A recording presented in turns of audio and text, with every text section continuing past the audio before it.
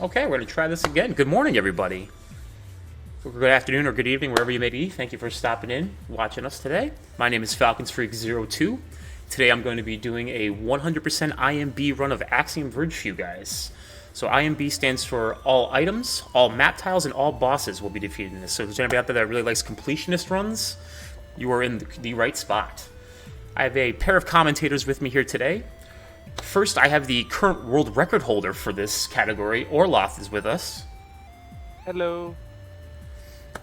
And also, you guys can see on the main screen there at the bottom, it says 2015 Thomas Happ Games. This game was created by one person. He did all of the work on this game. The weapons, the animations, the coding. Everything you see was done by one person. Obviously, his name is Thomas Happ, and we also have him on the line with us today. Hello, Tom. Good morning. Hello. So you'll notice right away that on the main screen here we have a speedrun mode, which Tom very generously put in for us. Basically, the speedrun mode of this game cuts out all cutscenes, dialogue, and allows us to just run the game as quickly as we can. It's also going to put an on-the-screen timer for us at all times. It's also going to give us timestamps for every time we beat a boss as well. So a really nice, easy way to keep track of your pace and see what's going on. For anybody out there that has not played this game before, we're not going to dig too deep into the lore of the game. If you haven't played it, I recommend you do it. It's one of the best Metroidvania 2D platformers out there, bar none. And it's got a really tremendous story. The lore is amazing, so please feel free to dig into it. With that said, I'm going to get started here. I'm going to do a countdown from 3, 2, 1, go. Wait, we're not digging into the lore? That's so disappointing. We could be here for the next 2 weeks if that was the case. Well, true. It's one of my favorite you're topics. welcome to touch upon it a little bit. You just leave, just like very, like overarching what's happening, because honestly, I have no idea. Yeah, that's... The dev doesn't know. I mean, I like to describe it as a trippy 90s sci-fi, similar to Farscape. In the general premise, you're a scientist that gets trapped in this sci-fi universe and has to figure out what the hell's going on. Oh, I'm sorry, I shouldn't be cursing. So this starts pretty simple. Falcon's just going to climb up to the first weapon. Yeah, so this game has a number of really good mechanics attached to it, and one of them is a save and quit feature. Every time we go to save and quit in this game, we get reverted back to the last save pod that we used. And in this game, we're at the very beginning, at the very least, we're only going to go back to the very first save pod, and we're going to be abusing this mechanic quite a bit throughout the run, actually. And you'll see that right now. Falcon's route skips a good portion of the early game item collection using this. But that also makes the first 20 minutes or so of the game what they call the gauntlet, or what we call the gauntlet, where if you die once it's a reset, or a 8-minute time loss, or something like that, depending on where you are in the world when it happens. Yeah, if this was any, normal attempts for speedrunning, it's a hard reset. But the good thing about this game is that in speedrun mode, there's basically zero RNG. And with that, we will be able to know when we kill certain enemies, they'll always drop health for us. Certain enemies will drop health when we're low on health, and certain enemies just won't give us anything. So, but by knowing that information, we can actually route that in to our runs. So if, like, I take certain damage in a spot and I'm a little bit low, I kind of know room by room where I can make it up if I have to. So it's generally pretty safe. Just out of curiosity, are you using a keyboard for this? I am actually using a PS4 controller.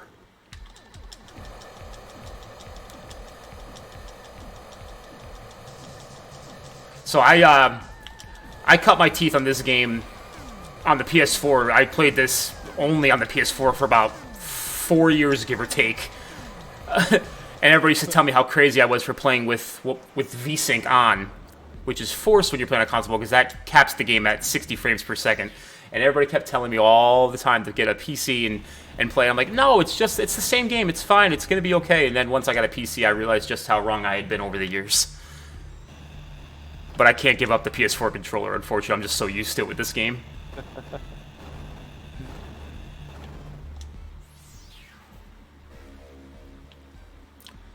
So you'll see after we beat the first boss there, Zeter, we picked up a power drill, and that allows us to, obviously enough, drill right through blocks. It also is a weapon that can damage enemies if need be, or be used to hit certain switches in certain spots, as you just saw me do right there. Pretty much, as Orloff alluded to, the first 18-19 minutes of the gauntlet is just massive item collection. We're basically following a breadcrumb trail to get the items that we need in order to break the game open a little bit more. And when it breaks open, it breaks really, really open. The late game movement for the last hour or so of the game is really satisfying. When done right, and it's really frustrating when you just go off pattern. We have a large variety of runners in Axiom Verge 100% at the moment. We have any percent runners. Willow and I started on this category, so we're really good at the late game movement. Sabera started as an any percent runner, and Falcon started as a no major glitch runner, I think. That's correct, yes. Correct me if I'm wrong. So their early game movement is much better, to the point where like there's almost a minute difference on the 20 to 30 minute mark, whereas Willow's and I's late game movement is much better, and that's the top 4 runners. We haven't yet had somebody put both together yet. Still working on it, but it's a pretty active category right now with 3 out of the 4 of us using different routes. So if I can butt in here real quick, I just got notified that the donation incentive for Axiom Verge, the Justin Bailey, has been met. So awesome. Do tell us a bit more about that, and I'm curious to see it a little bit later. One of the items we get later on, I think it's we'll get it around the 20-minute mark in the run. Yeah. 20-minute mark. Okay. Is a passcode tool. Similar to the old password tools or game genies of ancient day. Gotta say that, I sound old. Where you plug in a password and it does something in the game. One of the passwords that's available, it doesn't tell you anywhere in the game, is Justin Bailey. And if you're an old Metroid fan, that password in the original Metroid would put Samus in a little bathing suit, and yeah, well, it does something pretty similar.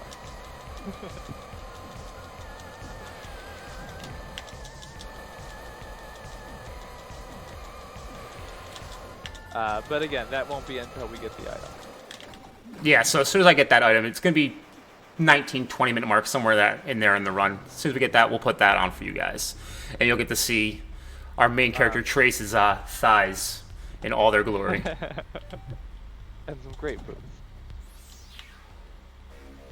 And it actually will affect the final boss as well, so. Falcon just fought the second boss, breezing right through it, so we don't have a whole lot of time. But a lot of the bosses, we have some really neat manipulation strats. Talal, we just kind of walk to his back and shoot him. He can only look left, so we get behind him, and he's pretty simple.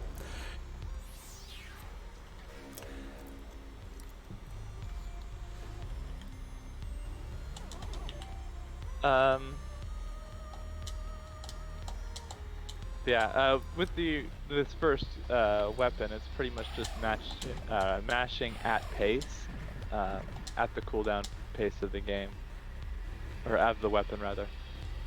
Alright, so I'm late, but I just noticed someone asked what my speed run record is.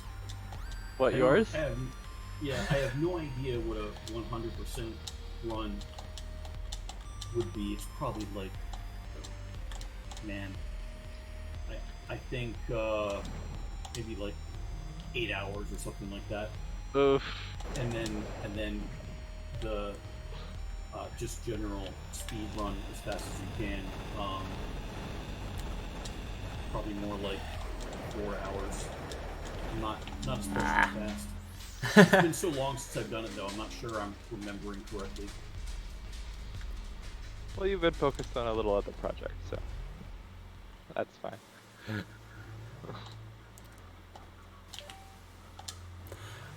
Yeah, it's always interesting when you haven't played your own game for a while, like watching it be played, and you're like, oh yeah, like forgot that I did that.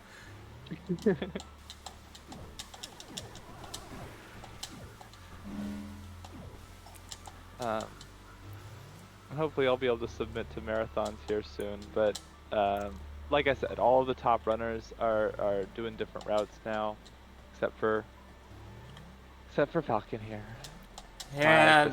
Oh, whoops. But if you've seen Sabera run this category recently, she does a very glitch-heavy route through the game, along with this pretty sweet tab manipulation. Yeah, whereas my route's much more straightforward, I guess is the best word. I mean, I do a couple of things, but nothing like you would see Sabera or Orloff do.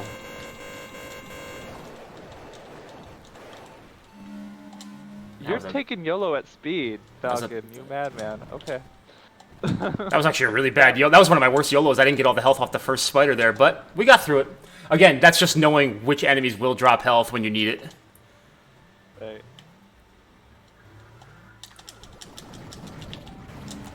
But yeah, I mean, must go. Oh boy, my.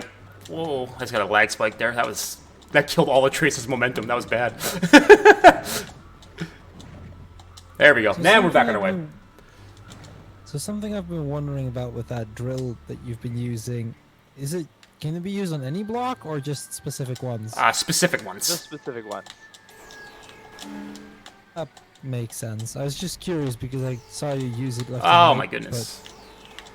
Most of them are. There we go. We're back on. Dare me, Falcon. Most of them are going to be marked out, but some of them are hidden. Even though ones that are marked out, you have to be looking at the walls to see the slightly different blocks. Or when you're a casual playthrough, every time you enter a new room, you just drill every single block you can see and see which ones break open. Yeah, that would very much be me, honestly. I mean, we all did it at one point in time. Don't feel bad. Same with the hacking ray that you get. Yeah, without getting too much into spoilers, you can hack things in this game, and that changes their properties in some way. From changing blocks to being drillable, or being not there, to changing enemies to the AI of different enemies.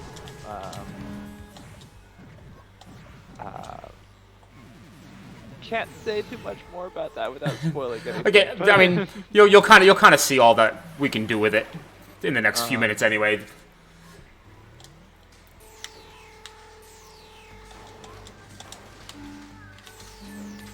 That's an intentional hit there.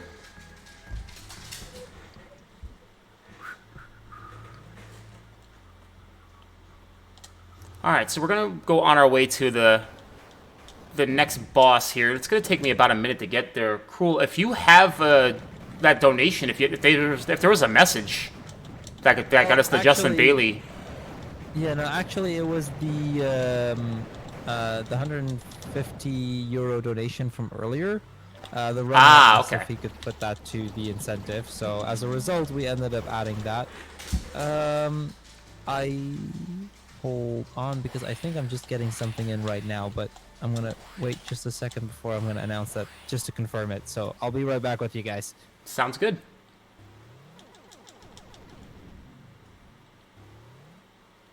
Alright, and so we are already at the third boss. And ta-da! And once again, cheese! Cheese it, yeah. These platforms were kind of intended for you to get out of the boss room once the boss is dead, but they're still active. We can still get there. Okay, let me know when you have time for a couple of them, because I actually have 2 donations. This is actually the perfect time because we're gonna grab one, if you can give me like 30 seconds because we're about to grab an item, Will do. and then you've got about 3 minutes of just me walking right back the way we just came from. That works for me. Perfect. So what we're grabbing right now is the lab coat, or as we call it, the white coat, because we're speedrunners. We're not, original namers of things. Basically, what this does is anytime I come up against a wall that's 1 tile thick like this one right here, if I double press the direction I want to go, we can morph right through it. This is going to be one of 3 coats we're going to get. Each one does a little bit more than the previous one, but we'll get to those once we get there. So, Cruel, that's all I got. You are on, my friend. Okay, so I got a $51.80 donation from Jonathan saying, "This is my penance for the deaths during our Caddis run. Thanks for having us." And then we have a €200 donation. Sorry, I keep saying euro. $200 donation from Thomas Happ. No comment, but thank you very much for the donation. Who knows what he might say about that donation? Ask, I believe. So, but seriously, thank you very much. And for everyone watching, just as a reminder, you're currently watching the Supporting Autism Speed Event, which raises money for the organization of Autism Research. They're a charity that strives to fund autism research as well as ways to enhance the quality of life for individuals with autism. You can find more information about OAR at researchautism.org. All right, so now I'm going up the same room I went up a few minutes ago. A little bit of a different way, because we have a couple more abilities we did not have before. Most noticeably, the high jump boots. This whole room we call Mission Impossible because the laser beams and the totally secret vent in the wall. Oh, nice G-squeeze. Thank you.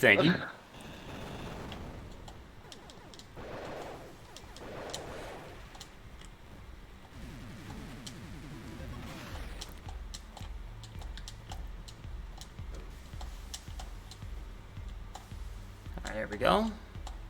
Love a good armadillo room.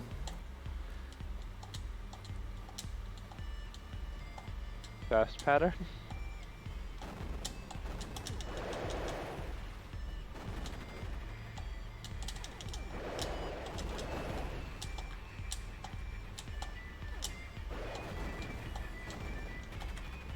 Gorgeous. Through both of these rooms. Pretty much perfect. Those are my 2 favorite rooms in the whole run, Tom. I love those rooms. Thank you so much. Mission Impossible and Armadillo. Yep, the two. It's so like refreshing when it's like you get it clean. It just looks so nice. It can go horribly wrong and then it just upsets you to no end, but that was actually a really nice one.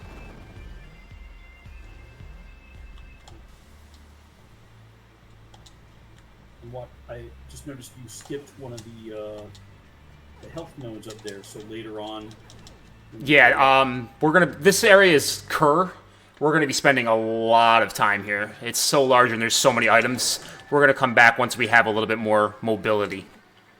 One of the tricks to 100%ing this game quickly is getting through the tech tree as fast as possible, and then collecting everything. Because if you can collect something with the red coat and and drone teleport, it's faster. Almost always. Except for those rare instances where we do a drone dungeon.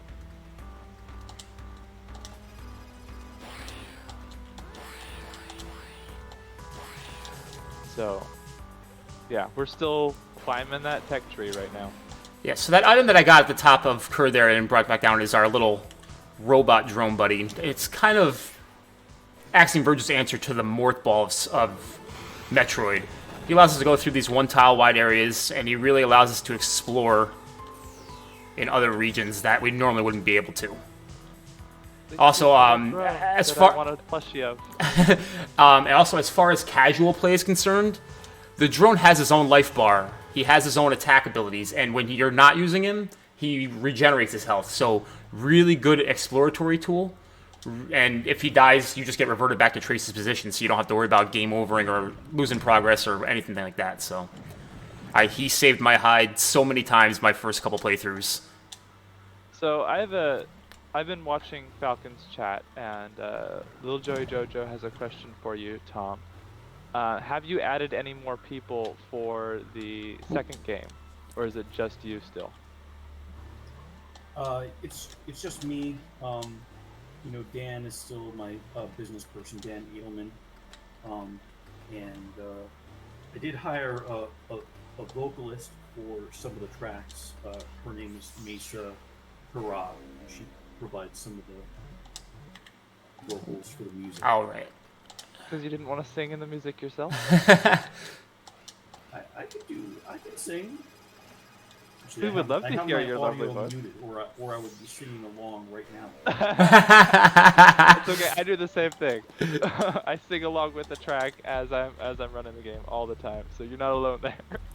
And also a fun little nugget as well, with all the music that's playing. If you look at my health bar in the top left, that white strobing light that goes through it actually matches the BPM of the song that's playing for each area that we're in. Which I always thought was a really cool touch. While Yeah, Falcon there's is a few putting in things Justin Bailey, that There was you the are. end of the gauntlet, and we are, after collecting all those items, we are right back at the beginning. And again, the whole point of doing that 19 minutes was just to get a certain set of items that we need in order to really kind of break this game open and do some different stuff. Most noticeably, the glitch gun, or address disruptor as it's called. We upgraded it to the second one, which is going to allow us to get through this little area right here. If I would, I could just walk into this now. This particular route uses that save warp to completely skip your tab in the grapple. Yeah, we'll meet them in a while. Pretty difficult to do this early in the game, but once you've gotten the red code, is laughably simple. And that's kind of one of the oddities about this, because it's all map tiles, all bosses, all items. You've got very distinct checkpoints throughout the game. And I think one of the great things for this category right now is because of that, we can route the game in so many different ways. It's a very interesting puzzle, especially with all of the little zips and clips and void warps and stuff that we can do now. But you still have to visit every part of Sudra. Sudra is the world we're trapped in here. Yeah, I've been noticing how every so often you go off to the corner where there's nothing and jump just to get the map. Mapped. Yep. Yeah. It makes me feel bad for not putting something in those little corners.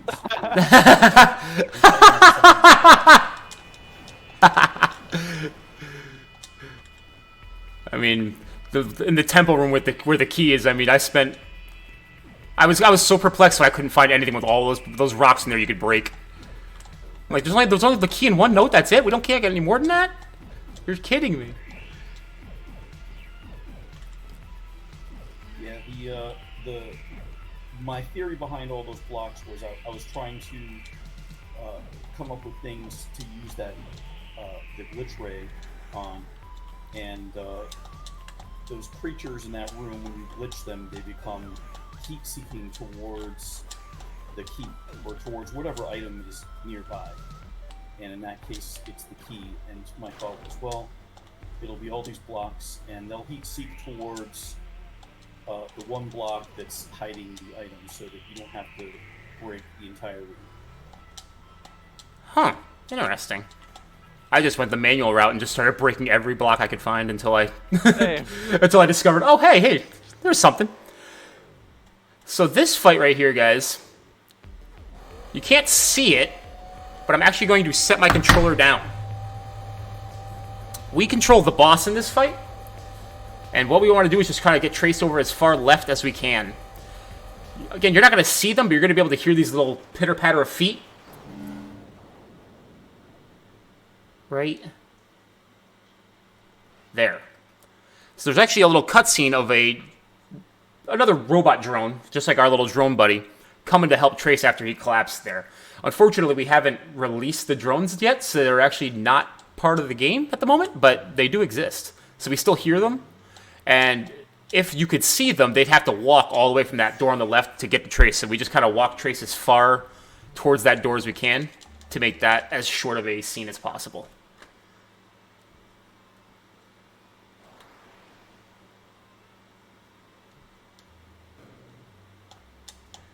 And now we are on our way to our next big piece of mobility. And this is when things are really this is when things are really going to start to open up a little bit more.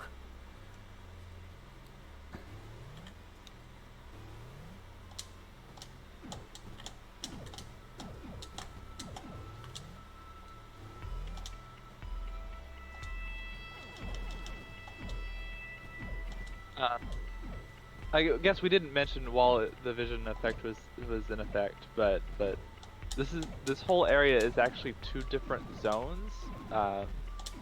One while you're tripping on spoilery stuff, and the second while you're sober. And the sober one completely changes the map around. Some doors are completely inaccessible.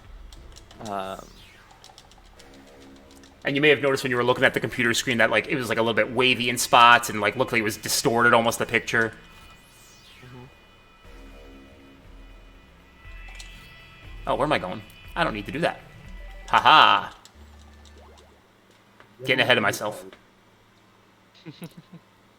I think yellow is Trace's color. So we've got somebody asking to you, Falcon, how long you've been practicing this speedrun. This is the 4th time I've played this speedrun in the last 5 months, maybe. I generally am, like I said, an 80% no major glitches player. Unfortunately, another runner was going to run this, but had a scheduling conflict, so I kind of stepped up and helped out where I could. I used to play this a lot more, and then I kind of took a break because Orloff just got too good at it for me. Oof. Well, you want to do all those glitches. I mean, what am I supposed to do? I can't keep up with that. Apparently make a whole nother category. I'm an analog player in a digital world. What do you want? So, I mean, considering you mentioned that you usually play no major glitches, how easily do you transfer between categories? Like, does it take a lot of effort to go from something like a no major glitches to something like this, where you play 100%? Honestly, not that much. I mean, once you know the route of where you need to go, because really, this run is only tough in that first 20-minute block, the gauntlet. You know, give it another couple minutes, we're going to have a bunch more health, we're going to have a bunch more upgrades, and we're basically going to be a rolling tank. So it's not too hard.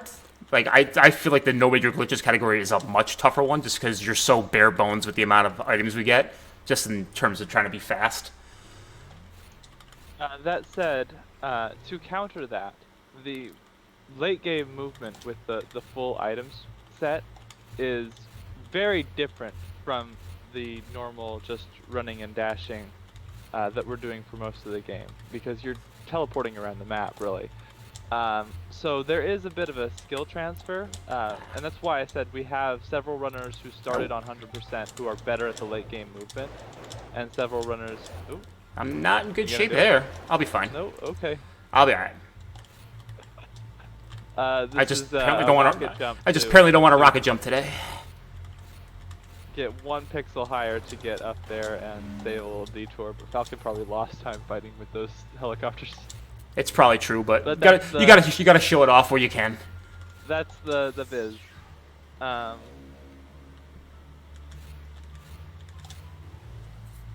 right.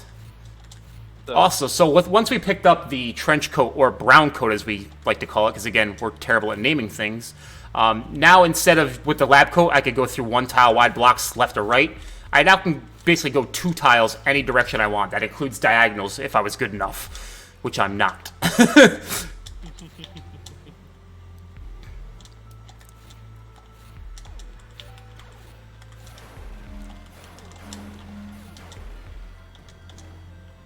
So we're throwing the drone down here. The drone can collect map tiles for us as well. And also, when you throw the drone, if it hasn't hatched, Trace can still collect map tiles, and we abuse that mechanic very much throughout this entire run.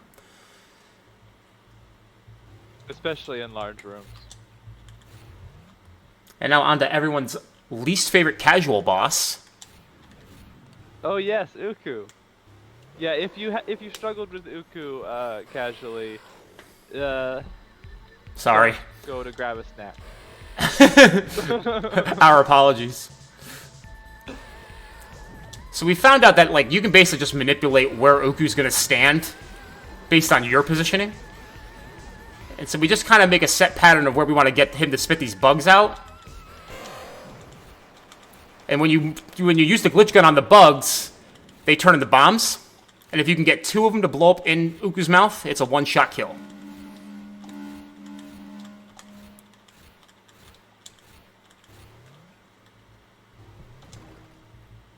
And then a few more of those rocket jumps to get the top map tiles. So rocket jumps is basically doing a coat teleport into high jump into second coat teleport at the top. Highest just purely jump speed or jump height you can get. Unless you're VGR, who uses it for some absolutely wacky things. Everything I learned from VGR, but there's some things that just didn't transfer. And so now that we've beaten Uku, we got the drone teleport. So it used to be when we would throw the drone, we would have to take the drone back to Trace's position. Now we can bring Trace to wherever the drone is. So again, just another way to really increase our overall mobility in this game. And you start to see the movement package come apart here, where you're dashing and then throwing the drone and teleporting. Oh, get up there. And we're still a few items from the end here. Yeah. Yeah, like so we've got about somewhere between 10 and 15 minutes left before we have basically all of the major upgrades we want. So, but we're getting a lot closer.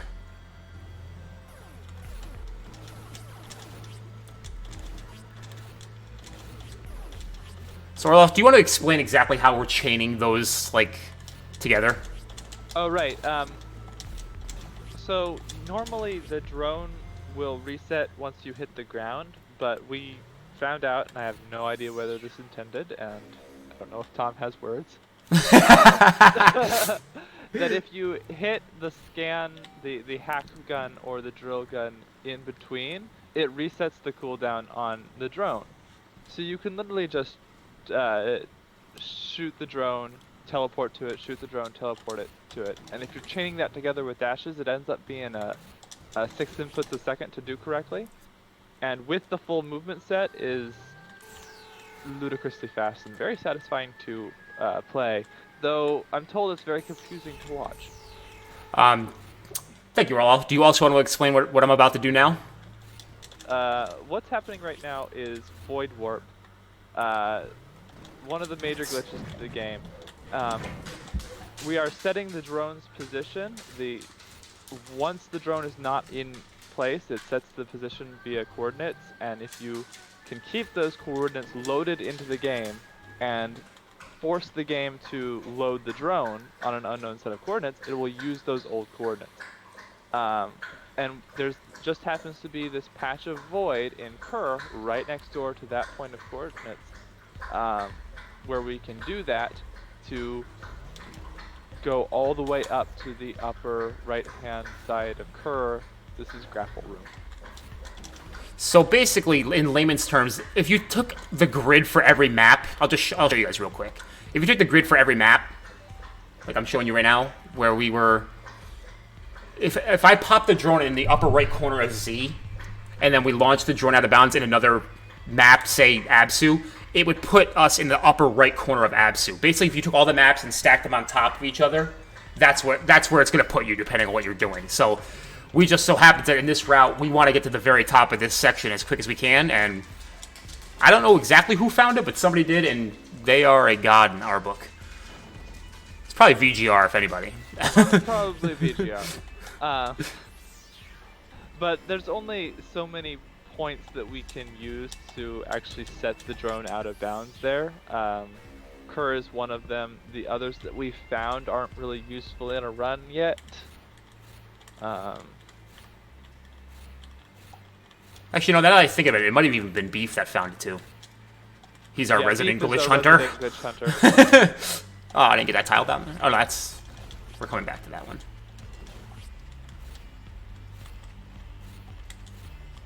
Wait, hold on. I'm just having I'm having a panic attack. Yeah, I'm right. I have mild OCD, and every once in a while I just like, nope, just go double check it. Don't be wrong. Please don't be wrong.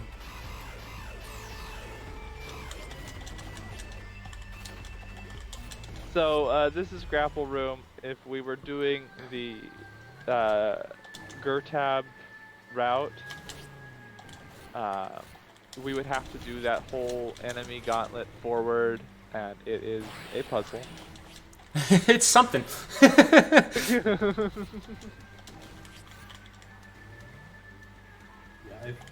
I've been told a couple of times that I should not have put so many enemies in that room.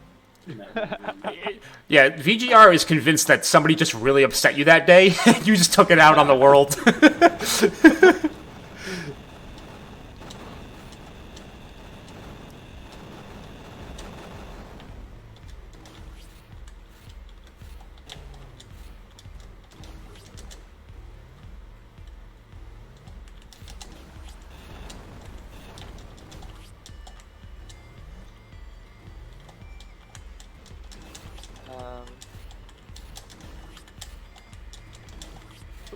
And now we're climbing through Snowy Kerr, up to Beaker Maw, or Temple, as we call it sometimes. Just grabbing a few map tiles along the way here, make my life a little bit easier. Because we'll be back to this area in a little bit. Yeah, everything that's getting left. Go ahead. Fun development fact. During development, I just called the areas Area 1, Area 2, and so on. There were 8 or 9 of them, and it was like that way for so long during development that Dan Edelman and myself just got used to those names, and it wasn't towards fairly late that I came up with the final names of each of the areas, and as a result of that, I still in my mind I always think of this as Area 4, for example. And so I always have to do like a mental think back to what name corresponds to which area whenever people talk about, whenever they say something like Ikerma or Maru or any of the other names, which unfortunately I love Sumerian, but it's not a perfect translation, even though the Sudran is based off of it. Yeah, it's not a perfect translation, and it's also not easy to remember when you have no idea what the words actually mean. Right.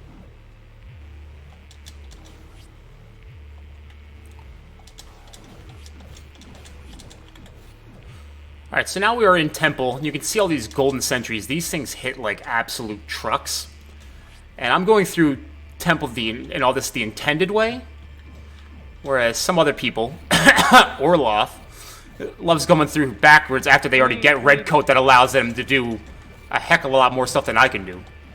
We use an exploit to teleport to the end of Temple and then do it all backwards. I call that segment Desecrating the Temple because it's fun. It actually is quite fun, it's just I get frustrated with my inability to do it well. Temple skip is not an easy glitch to perform. It's if really you do it tough. Wrong, you soft block into the bricks of the temple, and it's embarrassing to say the least. So you can see all of these blocks that I'm breaking. That's the 2 items in this whole room, and there's another 200 blocks in here that I didn't touch. That my first playthrough, I was like, nope, I'm breaking every single room. There's got to be something else here. This was the room that Tom was mentioning earlier. That's if you hack the sentries, they home in. which I didn't actually know that. Yeah, if there's no, if it's not apparent what's going on, you just sort of watch them lose interest in fighting you and start going over into a corner or something like that, and it's not really well telegraphed. I kind of regret that I didn't, put an additional graphic in there or something to show what they were trying to look at or communicate to you. Come on. All right, so this is the first instance of Thank you. grapple clip, where we kind of abuse the grapple's animation to go through floors.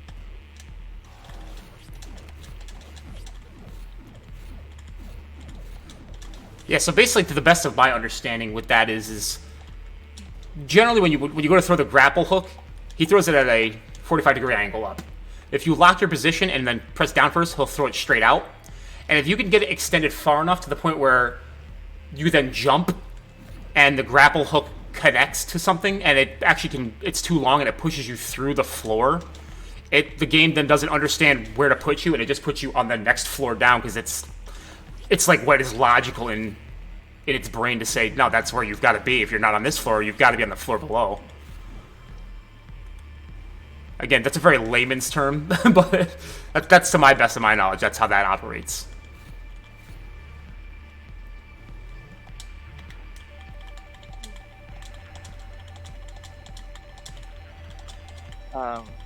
This is the first, I guess, in-game passcode tool, other than the Justin Bailey that we've entered in previously, and unlocks the portion of this room that's a weapon. Please don't kill me. Thank you. We call this room affectionately Green Hell. Everything's green. It kills you. It sucks in here. Green Hell. Those little light green bushes that lashed onto me, they're basically Metroids. They will just siphon your life away and not look back. Tom did not want us to have the red code. Just for safety's sake, I'm going to take care of these guys. Okay. Usually I just jump through them, but just to be careful. But yeah, that's so I'm coming back to an earlier point. All of these enemies do something very interesting and unique when you hack them. And I don't think all of it's figured out yet. I do know it's an achievement for hacking one of every enemy type in this game, but I couldn't tell you what they all do off the top of my head. Right.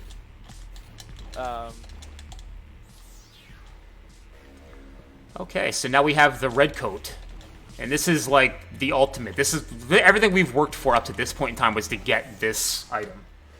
We now can dash through. Coat. We have the swimsuit. We now can dash through 3-tile wide walls, but also the red coat does damage on a per frame basis. It's our best weapon right now. So it's everything we want it to be. Ah, darn it. And then Falcon will be doing just a little bit of backtracking for some items that required the red coat and temple, and then we are finished with the zone pretty much, and we are finished with the main set of hopefully item collection, and on to cleanup. Yeah, so basically we break this game down into almost 2 halves. The first half is item collection. Pretty self-explanatory. We get all the major things that we need to get. Now it's going to be a lot of map tiles. It's going to be a lot of heavy movement, and this is where, if you didn't have thumb problems before, you will after trying this for a little while. So this is where Willow would plug the special gloves. That is very true. And Orloff only laughs because she's glad it's me, not her, at this particular moment in time. Guilty as charged. Willow has special gamer gloves. Hi, Gertab. Bye, Gertab. Gloves. That was Gertab. And mean, 42 minutes. That's such a good Gertab time. All right, you get it done in 19 minutes. I get it. You're a rock star. Not because I've done all of up to this point in only 19 minutes, but because I do Gertab early. Yeah, again, again the route change between what I'm doing and what Orloff or even Sever, like we all do it 100% different. Every runner has their own spin on this right now. And like literally to the point where like we could be running this in a race format and neither one of us knows who's ahead. It's just the way it is. Until we meet up at the last section of the game, we have no idea who's winning.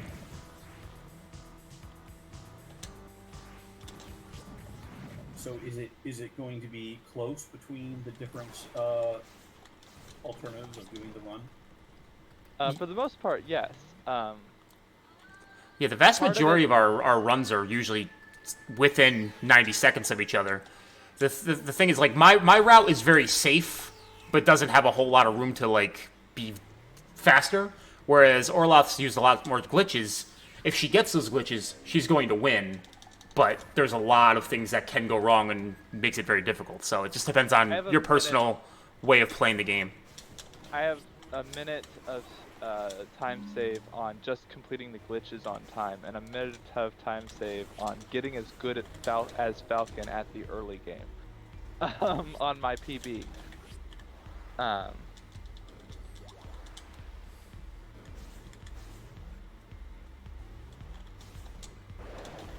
So like, if I get that golden run, sure.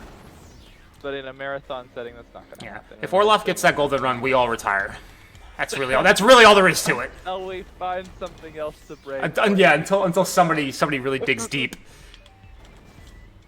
Oh. Which Sabera keeps trying. She's like really trying. She is determined. Skip the 82 or what else has she been working on? She's been looking all over for these wacky skips. Bless her heart for trying to.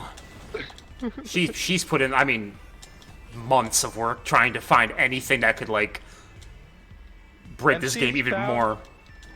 And she's found some minor saves along the way, like swarps that we use in cleanup. We'll show that in about a half an hour. We'll show that off.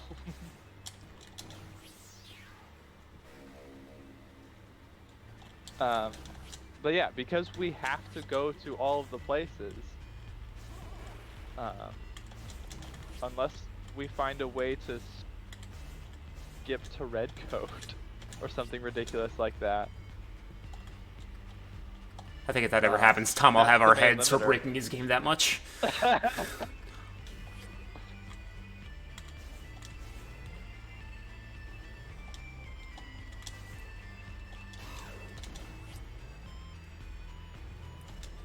Oh yeah, the one tile shot. Nice. If I do at least one good thing today, that's it. Even if we completely break this game, we'll be back for AV2. Because we're that kind of masochist. We are. We just love pain and suffering. And PBs. So unfortunately, a lot of these weapons I get just plain old aren't that useful to us in the speedrun. The weapon, because the red coat does more damage. Yeah, I mean, so, and, you know, basically between red coat and the Kilver, which is kind of like a shotgun if you think about it, it's just the best way to do anything in this game. But all these weapons that I'm collecting are actually really cool. A lot of them have good aesthetics. They look awesome. Like, it's not like a lot of games where you get a weapon and you're like, oh, well, I'm never going to touch that thing before or ever again, you know. Every weapon has a purpose in it. It really does. My first playthrough was actually on hard mode because I am that kind of masochist. And I used the entire weapon wheel to try to carefully pick my way through some room. If it helps, I used, I thought ice shards was the best weapon. My first playthrough. I just thought it was so cool, but you're freezing enemies? This is the greatest. Oh, how young and naive we were.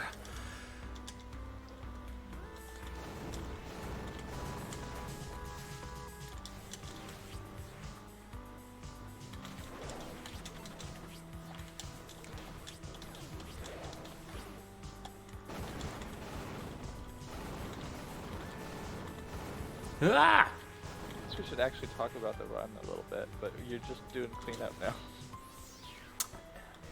Yeah, unfortunately, like, it's a lot of this whole part is just going to be a lot of execution with movement for the next Yeah, half hour. And you don't even use the scrubby beam. No. The scrubby beam. I love it. It's a little scrubber thing on a rope. Oh, I've never done that one before. That was weird. I always just called it the disc armor from, like, Rygar.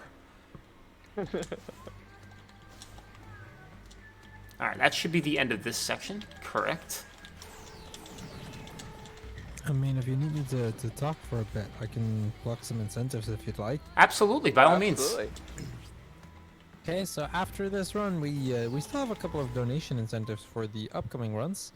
Later on today, we'll have Lena's Inception. There is a donation incentive for the style choice between 8-bit or 32-bit. Currently, 8-bit has a $20 lead. We also have the DuckTales Remastered run, where you have the choice between the 8-bit soundtrack or the remastered soundtrack. Right now, 8-bit is in the lead with $20. It does look like 8-bit is at a solid lead. Yep, that does seem correct. And on our final run of the day, we actually, for the Pokemon Red any percent glitchless run, you can choose the rival name. There is no name to it at all right now, which means for just $1, you can pick a name to put to that incentive. So honestly, that one's a steal right there. And while I'm at it, let me mention we are less than $60 away from making it to $1,000. So let's see if we can get that met today. That would be an absolutely insane total if we could get that far over the course of the marathon this time around. Oh. So this is my least favorite room in the entire game. This is indie. Big head over there is a Raka. We love a Raka. And for some reason, Falcon is not taking a Raka because we need the map tabs. I guess we figured out the reason. Yes. We'll be back. Also that I'm not good at creating sentences. We'll be back. We'll see her soon. We love her because she goes fast. Yep.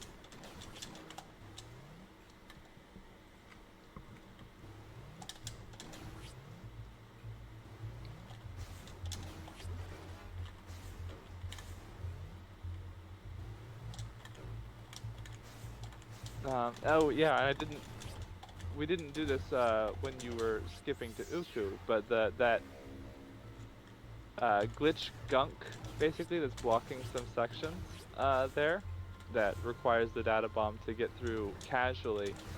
You can just warp through it like any other wall if it's thin enough. So we just like get our immunity frames and warp through it in several places to skip going the long way around. Or in the case of Uku, to skip getting the data bomb when the plot would require.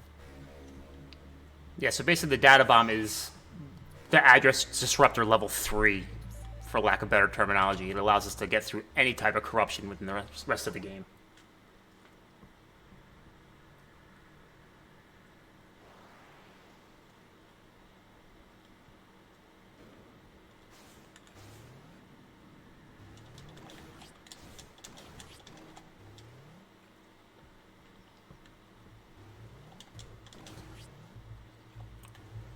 Tom, are you still with us?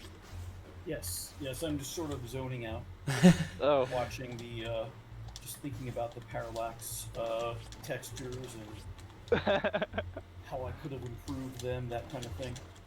An artist criticizing his own work. So this is our next quote-unquote boss. This is Clone. And Clone is a pacifist. You actually, you can go up and you can attack him and kill him if you want, or he'll just do it for you if you want to just sit there and wait. And this is actually an achievement, so if you actually don't damage him.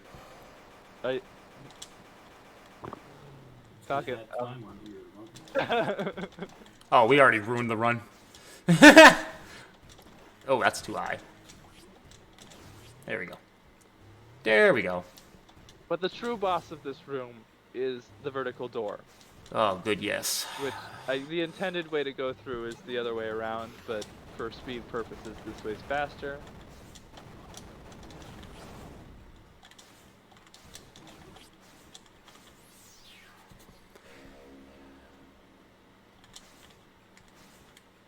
But no, I don't know what you're talking about, Tom. It's all beautiful. This game is perfect.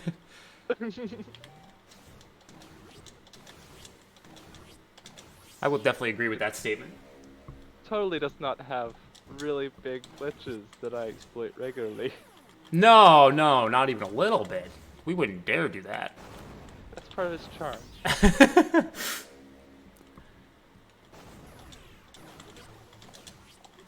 Seriously, all love.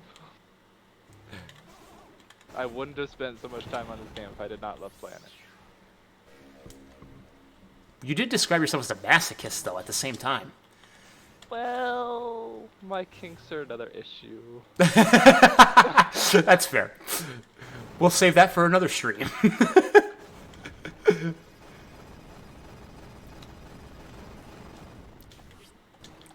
So right now, you're going to see that I put trace in those little blocks that we broke with the drone, or you can do it with the drill too.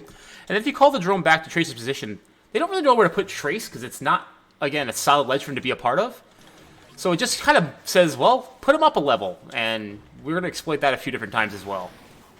As long as it can load that up level, it will put Trace there. Even into unloaded rooms. Spoiler alert. We will be exploiting that as well. Just some movement with both Trace and the drone to collect all the map tiles in this room. This is one of the more difficult rooms to collect all the map tiles in. Ooh, what the? Just because of the buildings in the way. Ooh, There we go. you okay? Yeah, I don't know what happened. He like all of a sudden went down.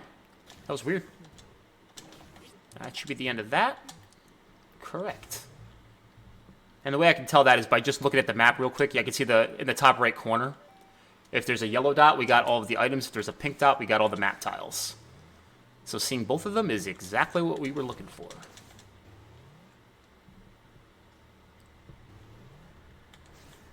And usually if this were a run, we wouldn't check, but just being safe for the marathon. Yeah, nothing worse than a most percent. Right? Yeah, I remember one of the first times I hosted for a Super Metroid 100% run and ended up being like one item missing. It is so painful to be at the end and then find out you forgot one little thing somewhere. 100% runs are just like that, unfortunately. Well, we've all done it. Anybody that says they haven't is just lying to you flat out.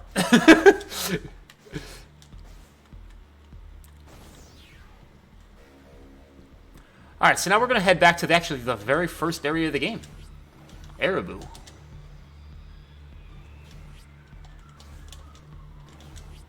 Beginning. And anyone who's played this game casually and not 100%ed it, I highly encourage you to take a poke around Ereboo, because there's some very interesting lore tablets to be found here with the full toolkit. Could not agree more.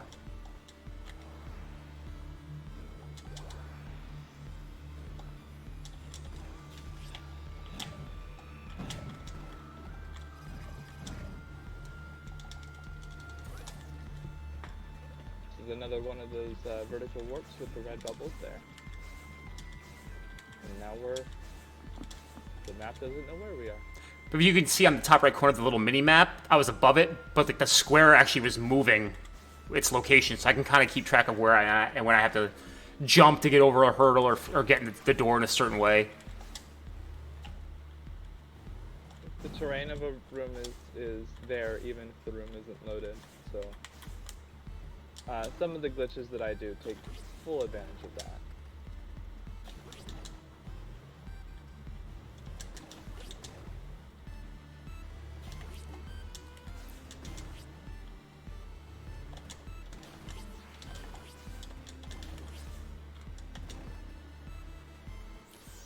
And now we are on our way to get the most overpowered weapon in the game. The Sacred Fire. Or in 90s action movie, the Flamethrower. What? I speak multiple languages. I love it.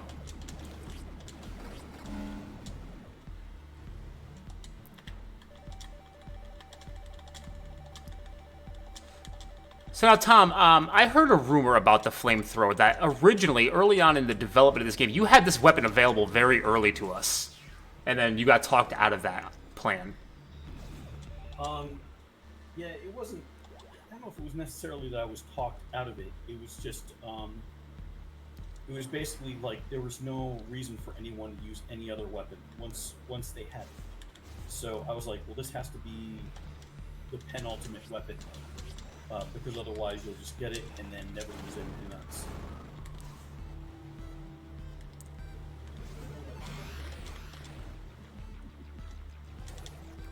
And while it's technically in the first zone, the code to, unless you look it up on the internet, which is cheating,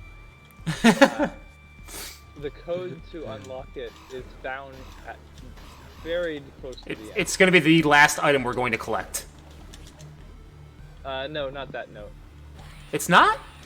Oh, no, you're right. I'm sorry. You're 100% right. You can jump trace. There we go. It's the note just after Sentinel. Yeah. What you're going to get, Slicer. Nope, You know, still that. no. What am I thinking then? I'm a goofball. This is why I just play the game. I should just stop talking. I'll point it out. When we Thank you. You're helping me as much as you're helping everybody else at home. I appreciate you.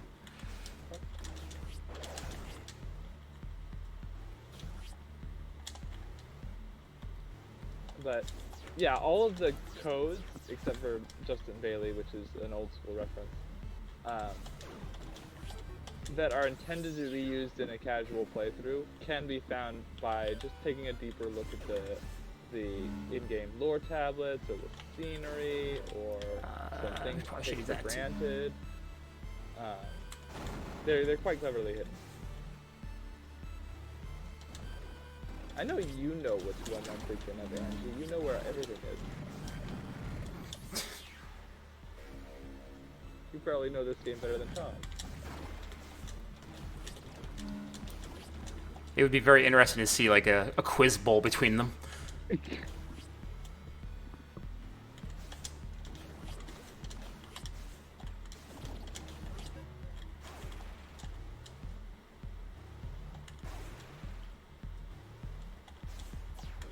Get up there.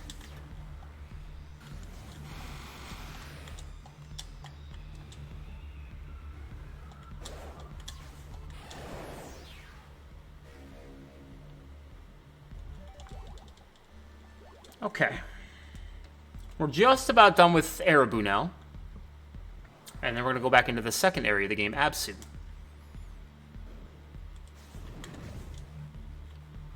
Again, all of this is just, it's so, you can see how much quicker I can go through all of this, having the red code, having the ability to throw the drone when I'm not letting him hatch on a ledge. Which we all do. We all, I mean, yeah, it's, you throw 3,000 of them in a run, it's going to happen. So the full set of late game movement, I set it at 6 inputs a second, approximately, is to fire the drone. Well, it's to fire the glitch gun to reset the drone's cooldown, then fire the drone, then hit the drone button again to hatch the drone. You have to hatch it before it hits the floor, or it will do its drone hatching animation. And then you hit the drone button a third time to teleport to the drone. And then you double tap to dash and complete the cycle. And you do that again and again and again throughout the last half of the game. It definitely gives your hands a workout. And I do not recommend, hence the gloves. I'm sorry for that. I definitely that's my fault. Unless you intended this form of late game movement, Yeah, I personally blame us. I'm going to once again point at the masochist comment.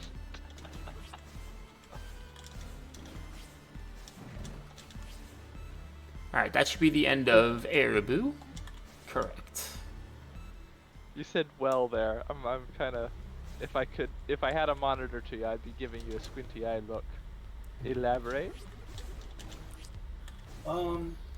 Well, there's always been some criticism about the use of the double tap to control the lab coat, the brown coat, and the red coat. You know, a lot of people believe that it should have just been a button. But you know, I had my reasons for how I mapped the original. The game was originally released on PlayStation 4, and I had felt,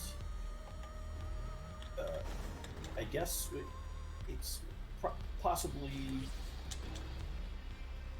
I don't know, maybe it wasn't, maybe it was needlessly, but you know, I felt like each of the buttons should have their own use. You know, the drill is in the right trigger. The glitch ray I thought should also be always available. And very quickly I ran out of buttons on the controller. So then, you know, when you run out of buttons in games, there's all kinds of things that developers will do. You know, you can get into the Street Fighter type of controls. You know, where you go double presses or Hadoken presses, and then a lot of games will do something like hold down one button and then you press another button at the same time and it does a different thing. Right. You know, and that seems to be like what a lot of modern games are doing. They'll have us, so you hold down the right trigger, and then it makes it so that up, down, left, and right do something different than normal, and they can get even more convoluted and make it so like press down, and then it brings up a different sub menu of the things that you can see when you're holding the right trigger, and then even more combinations come up. And I just did the double tap, but that kind of it has all these implications to that, you know, not the least of which is injuring people's hands.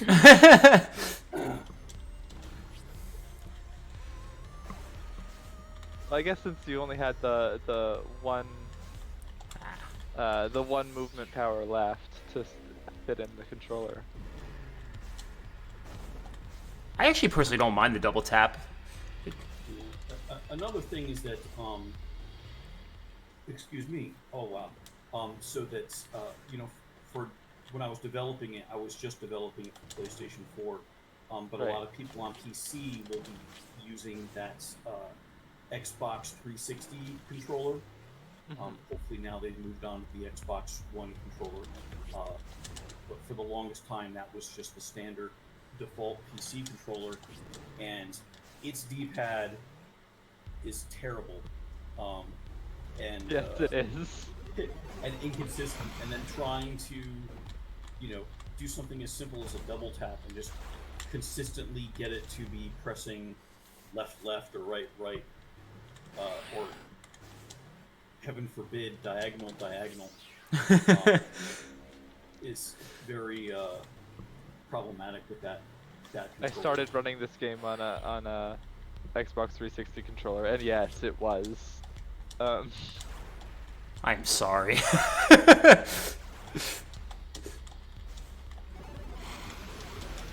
On the other hand, I guess the merit of doing it this way is that we're not doing any menuing or to like switch weapons, or well, we do menuing to switch weapons, but that's the only thing. We don't switch out toolkits or anything like that. Everything's always available. Yeah, that's a good call. Alright, so we're getting pretty close to being done with absolute cleanup now. And again, I mean, this really what the last 40 minutes of the run is just map tiles and obscure notes and locations and a lot of health and power node fragments. It just comes down to, again, executing the same dash drone launch mechanics. Oh, it's my favorite part of the game, honestly, because you're really lining up your drone shots, and it's done really well. It's really fluid and smooth as you're just kind of laser pointer and teleportering your way across the map. Whereas I'm the opposite way. Give me the first 20 minutes of the game before you get brown coat and just have it be. I want to hold left and just press square a lot. I'm a simple-minded person. At a moment, we've got several minutes of skill gap on just the early game versus late game. Yeah. The bear has probably got the best of both worlds right now.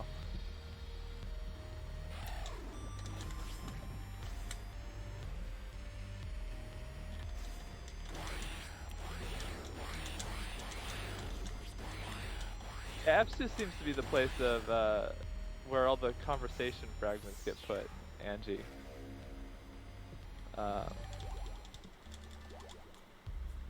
The dark notes of the conversations.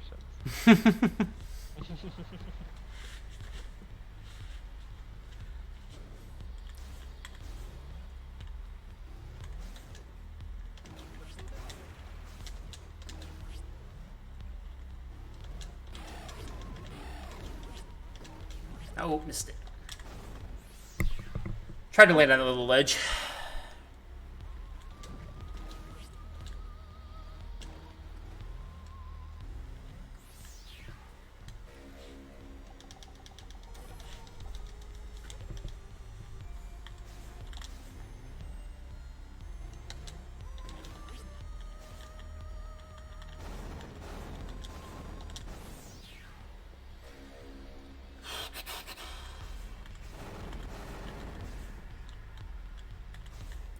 There we go. Second try P-squeeze, not so bad, I guess. Pitch compression really doesn't seem to like the background textures in this one.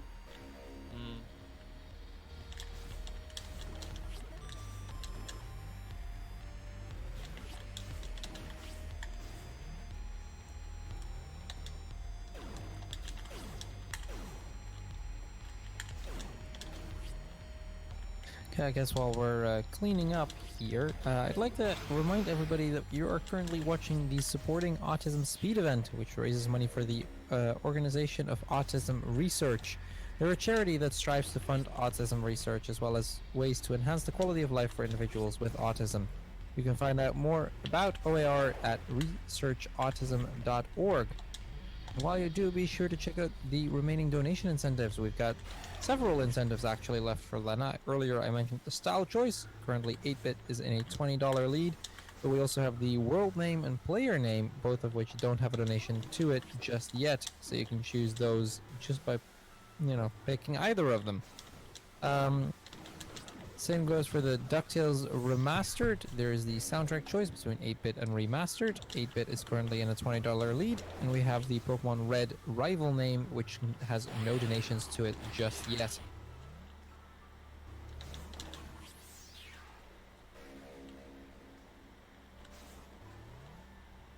So, as we pick up the Wi-Fi drugs, this is the last, I guess, big zone of cleanup before we start making our way meandering towards the boss, because we still have to go through those zones and pick up every item along the way. I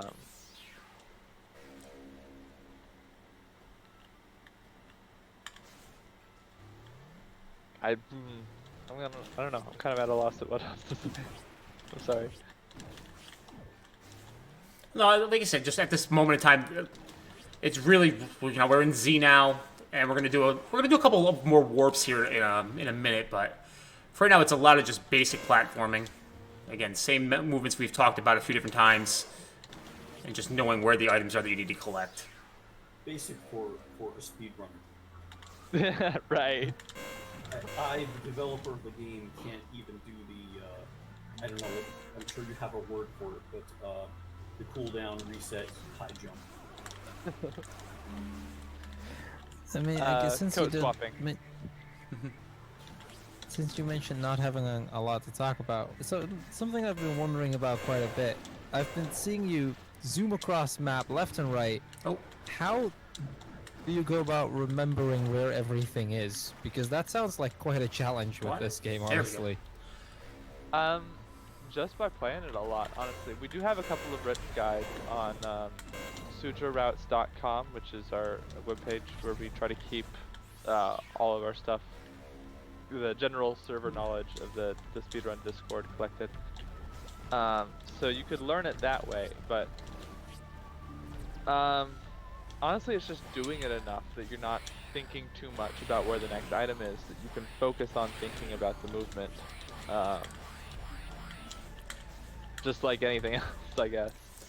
yeah. I mean, really, the way I learned it was there was a guide that was in there that we had a brief outline of where to go and what to do, but like eventually you play around enough times.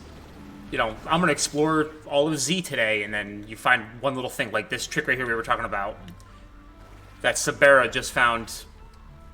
What, 2 months ago? Make sure you're... It works there. It's okay. Was it that long ago? So I don't even know if it was that long ago. I'm taking a guess here. It wasn't that long ago. It was like a month. But just finding little things like that to avoid us having to do 2 more door transitions and walking around, we can just get back up into the Aruku's area very easily. And we've just been, you know, having the community website, we've been able to pool our resources together, and it almost pieces itself for you. You know, it seems like there's a lot to undertake, but at the end of the day, you know, it comes down to just check the map. Do I have a yellow and a purple dot yet? Nope. Okay, well, clearly we missed something, and the new route developments have all been group efforts, really. In, hey, I need to get from point A to point B, and I don't know a glitch to get me there. yeah, and I only have the brown coat. That's all I've got. How can we make that happen? Right, and because we've got Beef, who's an amazing glitch hunter, and Sabera, who just loves going off the beaten track with odd tool sets. We've managed to piece together some really interesting ways. But we also have, VGR has also developed a mod for this. It's a randomizer, which just knowing where all the items are going to be useful for a randomizer. So if you just want that trivia knowledge that you can piece together a route, that's also useful and quite fun.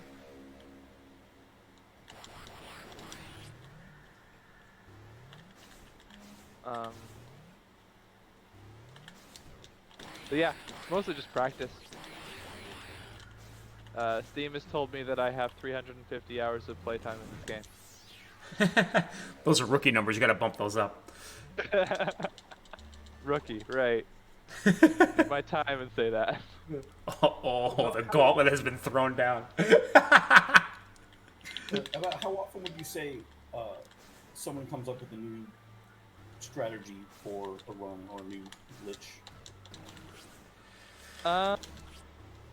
Depends on how active the category is. The category's been really active in the last few months, so we've been getting a flurry of them. Or even just somebody finding an old glitch that has a new application now that we are trying to reorganize the route.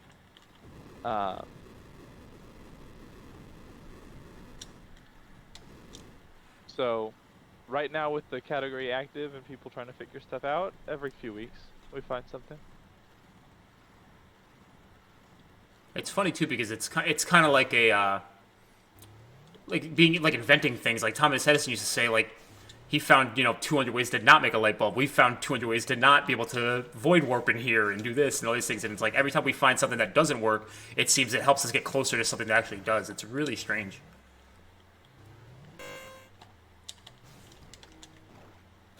It's yeah.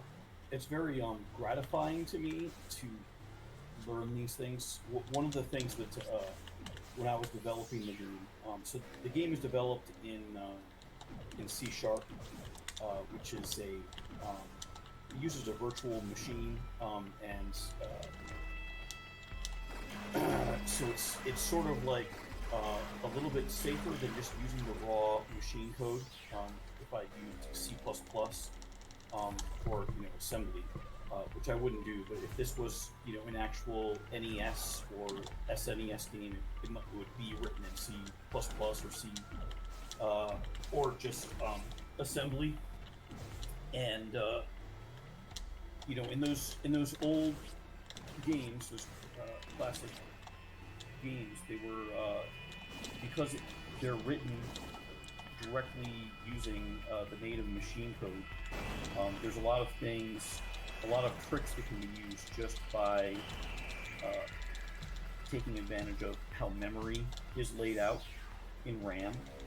And I had been afraid that because I didn't use those, that people wouldn't be able to find all these ways of breaking the game. I had thought that for example, the warps that people used, where they place the drone and it stores the previous position in one world and then you switch to the other, and it's now a different place. I'd really worried that that might not be possible. But when you're developing the game, you can't foresee how to break the game. Right. You know what I'm saying? Like, if you build it in that you're supposed to break it, then it's not really breaking the game. So I just kind of made the game, and I was like, well, I hope people will be able to find interesting things to do, because that's one of my favorite things about games, is when you enter a place you're not supposed to be, or you enter in some kind of corrupted area of memory, and it's you're sort of looking at gobbledygook in RAM.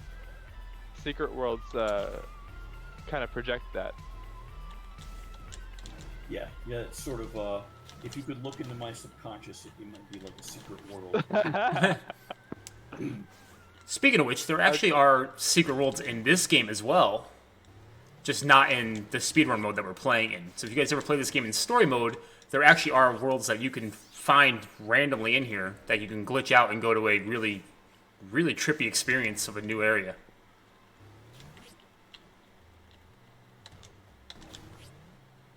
And that's where you can get some of the secret weapons and all that sort of stuff. Tom's subconscious is a scrambled and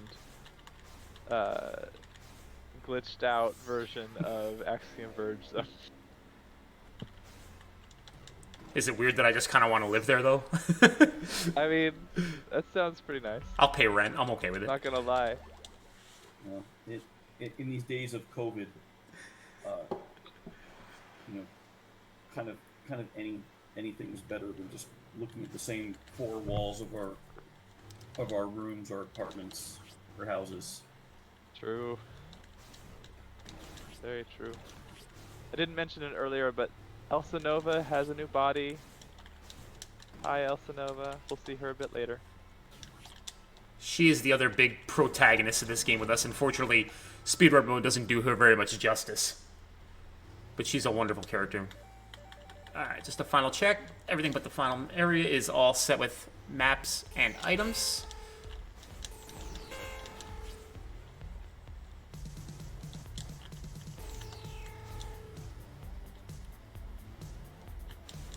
I'm going to say that we're going to be coming up on another boss in just a moment here. If you're wearing headphones at a high volume, I apologize. Yeah,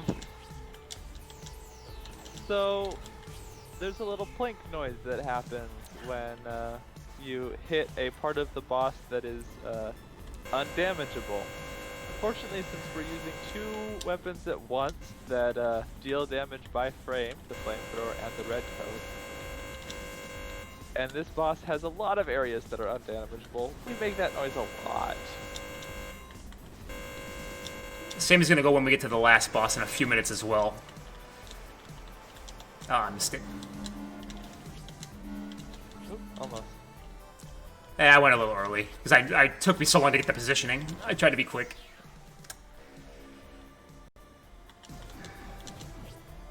Um, I make fun of the grapple weapon a lot of the times because of how poorly it's coded. Because it only has like 5 animation phrases and such like that. But like, I guess if that's what you were going for, that might have just been intentional. That is actually very much what it's supposed to be. The easier way to implement it would be to have him smoothly rotate. Right. But you know, just trying to keep within the somewhat retro aesthetics of the game, you know, kind of fall back to Bionic Commando. It's divided into steps like that, which you know creates issues for the developer when you're trying to chase down bugs. But opportunities for the speedrunner. The grapple is one of the most broken weapons in the game, really, for somebody who's really going a yes major glitches route. So much appreciated.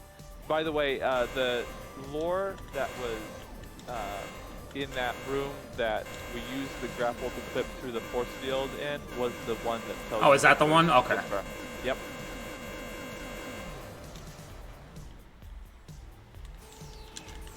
So we've all agreed that once you see the death animation of that boss, Zeter Hull, or X2 as we call him, we could just run out of that room because the door's already open.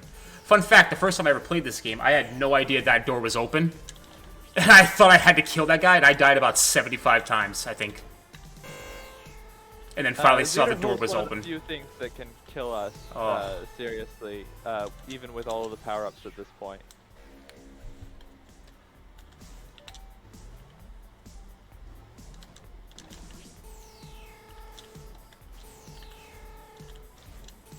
Yeah, pretty much from here on out, we're just a couple rooms away, and then we have a boss fight. So, it should be smooth sailing, as long as I hit the right buttons. That time will be on fade to black after the boss is dead. But we do go by in-game time for the community stuff, so...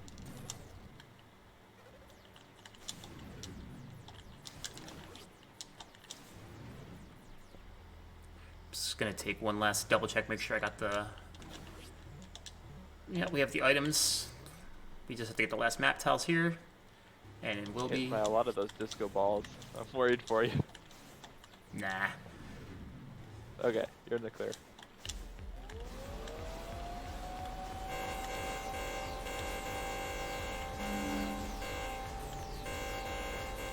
Once again, apologies for the headphones.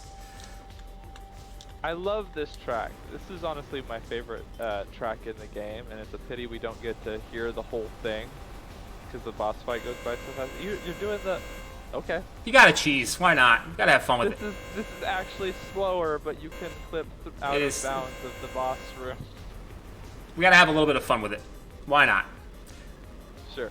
And so you'll see that in the little tank there in the background, there is the final boss Athetos, but we have to destroy this gem to break the force field around him so El Sedova can do her business. And I'm just going to let her take center stage.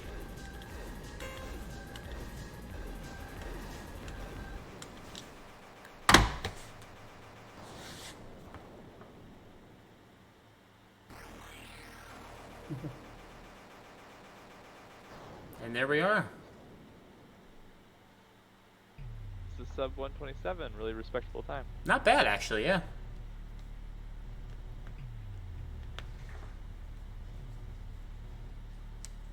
Items 100, map 100.